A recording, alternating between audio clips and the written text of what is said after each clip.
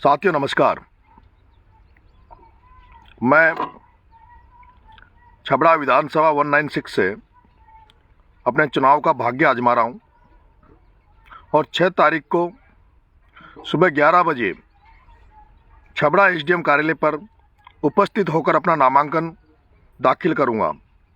मैं छबड़ा छिपा बड़ौद की सभी मतदाता बंधुओं से अपील करता हूँ कि आप सब लोग ज़्यादा से ज़्यादा संख्या में पधार कर आपके बेटे को आशीर्वाद देने 6 तारीख को छबड़ा पधारें। मैंने जितने कम टाइम में छबड़ा की जनता में के लिए काम करने का प्रयास किया वो सब आपके सामने है। किस तरह से छबड़ा में समस्याएं पहाड़ बनकर बैठी है और मुझे दुख उस समय हुआ जब छबड़ा से आदरणीय प्रताप सिंह जी सिंघवी, जिनको बीजेपी ने जब टिकट दिया और टिकट देने के बाद सबसे पहले आदरणीय प्रताप सिंह जी सिंघवी साहब ने एक मीडिया में एक वक्तव्य दिया कि छबड़ा विधानसभा पिछड़ा हुआ है और इस पिछड़े हुए छबड़ा विधानसभा का हम विकास करेंगे। मैं आम मतदाताओं, छबड़ा छिपड़ौद की आम जनता आपसे निवेदन करना चाहता हूं कि छबड़ा में प्रताप सिंह जी के परिवार का पिछले 70 साल से कब्जा है। आपने प्रताप सिंह जी सिंघवी साहब को 6 बार विधानसभा में पहुंचाने का मौका दिया। आपने उनके पिताजी को विधानसभा में भेजा और यही नहीं, छबड़ा की आम जनता ने यहां से आदरणीय भैरव सिंह जी शेखावत साहब को भी विधायक बनाकर भेजा और वो राजस्थान की विधानसभा में पहुंच गए और राजस्थान के मुख्यमंत्री बने। ये दुर्भाग्य है कि 6 बार प्रताप सिंह जी सिंघवी साहब मुख्य एमएलए बनते हैं, मंत्री बनते हैं, उनके पिताजी विधायक बनते हैं, आदरणीय भैरव सिंह जी शेखावत साहब यहाँ से एमएलए बन के मुख्यमंत्री बन के जाते हैं और उसके बाद भी प्रताप सिंह जी सिंघवी साहब ये कहते हैं कि मेरा छबड़ा पिछड़ा हुआ है, इसका विकास की दरकार है, इसका विकास करेंगे। दूसरी तरफ कांग्रेस ने जिस प्रत्याशी को टिकट दिया है वो करण सिंह जी राठौर साहब, जिनको 2008 में कांग्रेस ने टिकट दिया, वो विधायक बने और 2008 में कांग्रेस की सरकार राजस्थान में बनी थी। उसके बाद करण सिंह जी को 2018 में कांग्रेस पार्टी ने टिकट दिया, वो चुनाव हार गए। लेकिन पिछले 15 साल से आदरणीय करण सिंह जी भी आपके बीच में हैं। आपने 70 साल से प्रताप सिंह जी सिंघवी साहब को चेक किया है और पिछले 15 साल से आप करण सिंह जी को देख रहे हो। करण सिंह जी जब से विधायक बने, 2008 में सरकार बनी, एमएलए बने, तब कुछ नहीं कर पाए। 2018 में वो एमएलए का चुनाव लड़े, एमएलए का चुनाव हार गए। पर जब लोग उनके पास जाते थे काम के लिए तब वो ये कहते थे कि मैं चुनाव हार गया इसलिए मैं आपकी क्या मदद कर सकता हूँ, मैं विधायक होता तो आपकी मदद करता। तो ये क्या गारंटी है कि इस बार अगर करण सिंह जी को आप विधायक बना भी देते हो और सरकार नहीं आती तो वो व्यक्ति ये कहेगा कि मैं विधायक तो आपने बना दिया लेकिन मेरी सरकार नहीं है, मैं आपके लिए कुछ नहीं कर पाऊंगा। मैं आम मतदाताओं, छबड़ा की जनता से निवेदन करना चाहता हूं, एक व्यक्ति जो 70 साल से छबड़ा की मैं नेता विधायक बन के बैठा है, मंत्री बन के बैठा है, वो छबड़ा को बदल नहीं पाया। एक व्यक्ति जिसको आपने 15 साल से मौका दे रहे हो, 15 साल से आपकी छबड़ा की राजनीति में जो व्यक्ति एक्टिव है, उसके बाद छबड़ा की जनता का भला नहीं कर पाया। मैं देख रहा हूं कि छबड़ा में आदरणीय प्रताप सिंह जी सिंघवी का जिस तरह से होल्ड रहा है, उन्होंने जो राजनीति करी है वो उन्होंने दबाने की, कुचलने की, शोषित करने की राजनीति करी है। लेकिन दूसरी तरफ जो करण सिंह जी राठौर साहब थे, वो जो कांग्रेस के वर्कर थे, कांग्रेस के कार्यकर्ता थे, कांग्रेस के लोग जो उनको जिताकर विधानसभा में भेजते थे या कांग्रेस के कार्यकर्ता उनके साथ जो खड़े थे, उनकी वो सुरक्षा नहीं कर पाए। तो ये क्या गारंटी है कि वो आगे आपके लिए लड़ाई लड़ पाएंगे। लेकिन आपने मेरा कार्य करने का वो देखा होगा।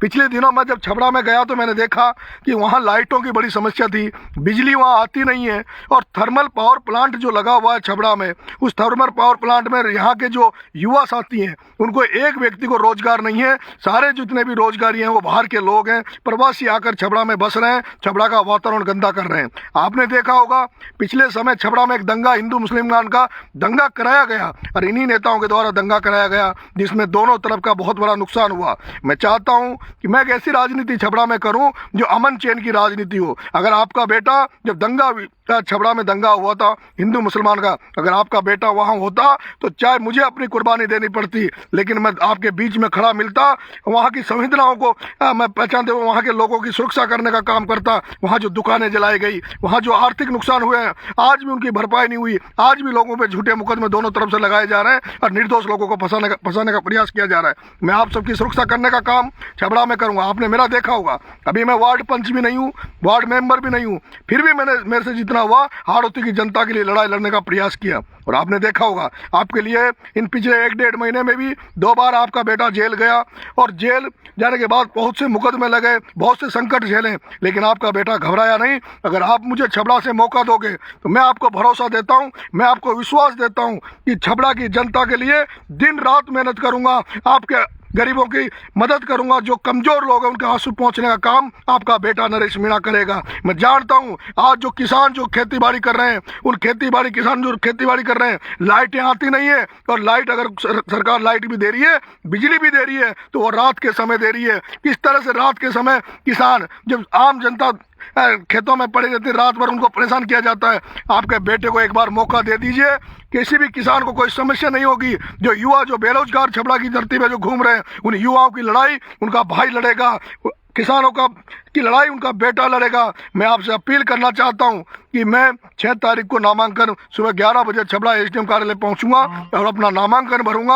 आप सब लोग ज़्यादा से ज़्यादा संख्या में मेरे नामांकन में पधार कर आपके बेटे को आशीर्वाद देने आएंगे, ये मैं आप पर भरोसा करता हूं। क्योंकि मुझे पता है, जब मैं किसानों के लिए लड़ाई लड़ रहा था, 12 में कमज़ोर लोगों की लड़ाई लड़ रहा था, तो मुझे जेल भेजा गया, लेकिन मेरे जेल जाने के बाद भी आपने जिस तरह से मुझे आशीर्वाद दिया, जिस तरह से मुझे साथ दिया, जिस तरह से मुझे सहयोग किया, मुझे अपेक्षा है अगर वही साथ, वही सहयोग और वही आपका आशीर्वाद मिला तो ये तय मान लीजिए कि आपका बेटा भी छबड़ा से निर्दलीय विधायक बनकर विधानसभा में जाएगा।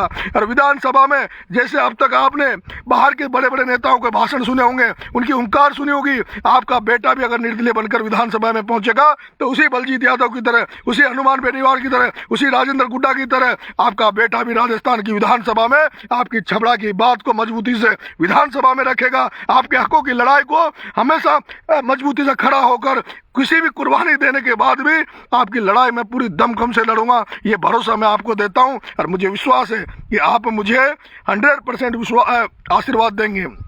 मैं एक निवेदन और करना चाहता हूं, 6 तारीख को नॉमिनेशन के बाद मैं छबड़ा की जनता में, फिर छिपा बड़ौद, फिर हन्नावदा सार्थक से अपना चुनावी आगाज करूंगा, लोगों से जनसंपर्क करूंगा, लोगों से आशीर्वाद लेने निकलूंगा। मैं एक अपील और करना चाहता हूं, जो मेरे जो बाहर के छात्र आने वाले हैं, जो युवा साथी मेरी मदद करने आ रहे हैं, क्योंकि मुझे पता है बहुत से लोग बार बार मेरे को जिस तरह के मैसेज हैं कि बड़ी संख्या में यहाँ आएंगे। मैं चाहता हूं ये चुनाव हम इतनी सुख शांति से ये चुनाव लड़ें। हमें वोट हर आदमी के पैरों में पड़ के, उनके हाथ जोड़ के हमें वोट लेने हैं। पूरे जो भी मेरे यहाँ रहे और पूरा सबको यहाँ पे अनुशासित सैनिक की तरह काम करना है, आपको दिन रात मेहनत करनी है। एक एक कार्यकर्ता अगर 5 वोट भी लेकर अगर लोगों से मेरे लिए वोट मांगेंगे, 5 लोगों को जोड़ने का प्रयास किया, तो मैं जरूर विधानसभा में पहुंचूंगा। और दूसरा, आप सबको पता है मैं निर्दलीय चुनाव लड़ रहा हूं, और निर्दलीय चुनाव लड़ने के लिए बहुत हिम्मत चाहिए, बहुत हौसला चाहिए। वो हिम्मत आपका भाई कर रहा है, आपका बेटा कर रहा है, वो हौसला मेरे पास है, लेकिन मेरे पास हिम्मत और हौसले के अलावा कुछ नहीं है मेरे साथियों। मेरे पास अगर है तो आपका भरोसा है, आपका विश्वास है, और आपके सहयोग की मैं अपेक्षा करता हूं। मैं आपसे अपील करता हूं, और एक बड़ी अपील मैं आपसे ये करता हूं, क्योंकि मुझे वैसे कहना नहीं चाहिए सोशल मीडिया के माध्यम से, लेकिन मैं मजबूर होकर ये बात कह रहा हूँ कि मुझे अगर सबसे बड़ी ज़रूरत है तो मुझे आर्थिक मदद की ज़रूरत है। और आर्थिक मदद मुझे पता है, अगर मेरे जो कर्मचारी भाई, मेरे जो अधिकारी भाई, अगर एक दिन की तनख्वाह, मात्र 1 दिन की तनख्वाह भी आपके भाई के लिए आपने भेजी, आपके भाई की मदद करी, तो मुझे मेरे लिए बहुत बड़ा सहारा मिलेगा।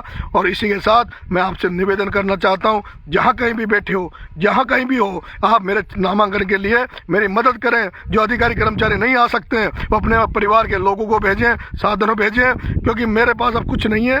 मैं इस सोशल मीडिया के माध्यम से, क्योंकि समय नहीं है, आज 4 तारीख हो गई है, कल 5 और परसों मेरा नामांकन है, इन 2 दिनों में हम हर आदमी तक नहीं पहुंच पाते हैं, इसलिए ज़्यादा से ज़्यादा संख्या में पहुंचे। और कुछ भाई जो मेरे को बार बार फ़ोन करते हैं, मैसेज करते हैं, मैं अभी मेरा फ़ोन और मैं इतना बिजी हूं कि आपके मैसेज में पूरे पढ़ नहीं पाता, आपका फ़ोन उठा नहीं पाता, उसके लिए माफ़ करें। अब आप जो भी मेरा सहयोग करें। 25 तारीख के बाद आपको शिकायत का कोई मौका मैं नहीं दूंगा, लेकिन 25 तारीख तक जिस तरह से आशीर्वाद सहयोग से हमें मिला हुआ जनता का, वो उस आशीर्वाद सहयोग का मैं एक एक ब्याज सहित सूद सहित 5 साल आपकी सेवा करके चुका दूंगा। लेकिन प्लीज कृपा करके अभी किसी तरह का मेरे प्रति ये ना दिखाएं कि भाई ये शिकायत है वो शिकायत। आपको एक भी शिकायत का मौका नहीं दूंगा, क्योंकि मैं जिन परिस्थितियों से गुजर रहा हूँ, जो मेरे सामने जो परिस्थितियाँ खड़ी है, अभी मैं 1 महीने तक मुझे यहाँ से बाहर रहकर रहना पड़ा, छुपना पड़ा,